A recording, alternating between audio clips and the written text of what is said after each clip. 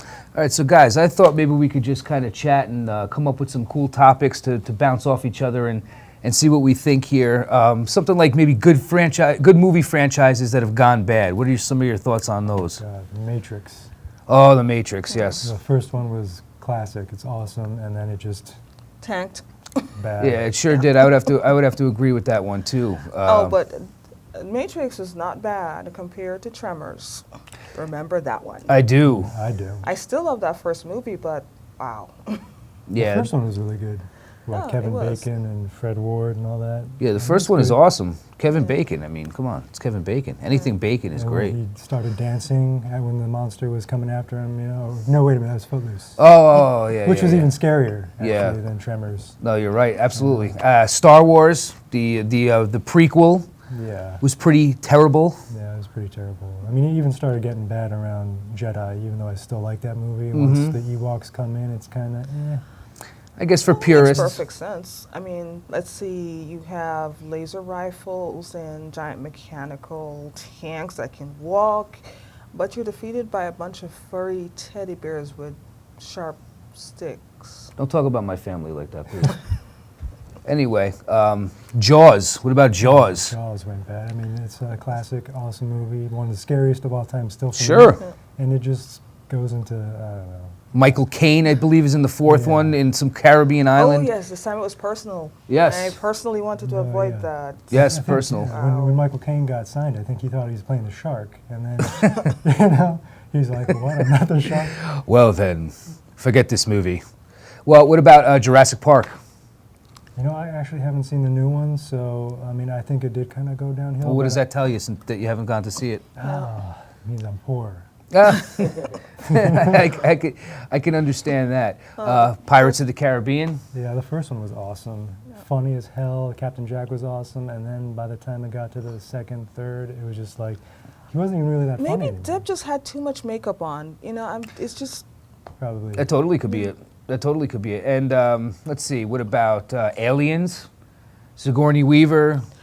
Yeah, that one kind of bad too. Although the but second it one was just good. as long as you don't mention anything about Prometheus or such. Yeah. Yeah, it was all right. How about best big monster movies? Big monsters, larger than life monsters. Right. Godzilla always comes to mind. Yeah, they're always good Old for a new school one Godzilla. every 3 Old- years. Old Old school school. Godzilla. The guy in the suit Godzilla. Yeah. Like overdubbed, like, Yeah. hello, Godzilla. Yeah. Yeah. Classic. Godzilla versus Mothra, Godzilla versus Ugandan Giant, Godzilla versus, the Empire State Building. Yeah, he All actually- those are classics. He fought King Kong at one point, I think. He did. Yeah, he did. And I think they ended up teaming up at the end, or so. I don't remember exactly how it worked, but Hey, Godzilla even fights pollution, so well, he's green. I mean, what can you say about Godzilla? The Thing. The Thing, he's kind of big in that. I mean, he starts off as a smaller human-sized monster, but by the end, he's like gigantic. I would maybe put that in this category. no, interesting how the remake measured up to the original. I actually liked the remake. Or was it more of a prequel remake? It was kind of like an extension of that story in a weird way. But I thought it was good. What about you, Sherry? What are some of the ones that you had in mind for the best big monster movies? Big monster movies, as long as it doesn't have Matthew Broderick in it, I think I'm good. Godzilla. Yeah, the But Godzilla was bad. there's actually a foreign film, Host, Okay. that was really good. Didn't you like the movie Cloverfield? Cloverfield. Yeah. This Cloverfield was funny because the first time I saw it, I was like, I'm not sure if that was really clever or really stupid. And then I thought about it a bit. I was like, I think I like this whole, first-person view type thing. Right. Yeah, some of it those works. movies. It just worked. Yeah, I mean, some of those, camera movies, like found footage stuff, just kind of got ridiculous. But I thought it worked really good in this movie. What about Pacific Rim? That holds the title of the loudest movie I've ever been to in my life. I swear to God. I don't like know the what idea. happened. I like the idea. I like the concept. It's kind of like Fifth Element for me. It's a great concept, but maybe a little bit more in the execution. I prefer Pacific Rim, to be honest with you, but that's just me. Favorite old school video games? I'm sure that's a big one. We all played them growing up. What are some of the video games that games. you grew up loving? Pac-Man. Yeah. At It's the arcade. original. At the arcade. Pac-Man. Boom. One joystick, one button. Okay. But at home, Legend of Zelda. That's a classic for sure. Yeah. That's a classic. What about you, Kit? My favorite of all time, as far as in the arcade, was Gauntlet. Gauntlet, yeah. You know, Wow. the warrior, the Valkyrie, and the elf and the wizard. You know, I used to go to that one. You sent me at an arcade, I go straight for it. Yep. You know. I was more of a, I did the arcade thing, but Nintendo, you know, the whole blowing into the game, moving it around, you know, to get it to work. Oh, Super Mario Brothers, Castlevania, Contra, Double Dragon, games like those I was into other than sports games.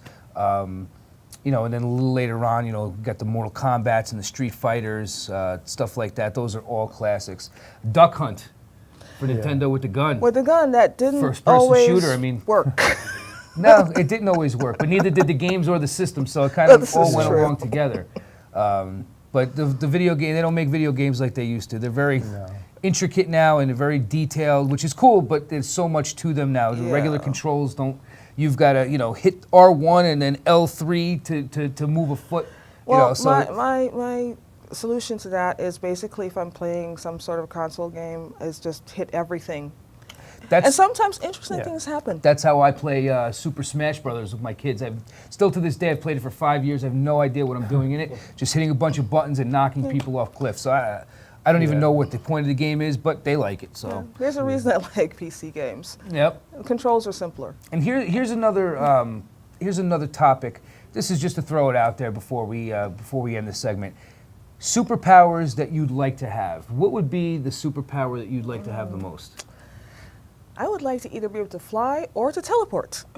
I think teleport would be probably number one. So either way, it would Flight's be a some close sort of second. travel, Yeah. whether it's through the air or time traveling. What about you, Kit? Personally, I would probably pick a healing factor like Wolverine. You know, if you could throw in the claws too, I'll take it.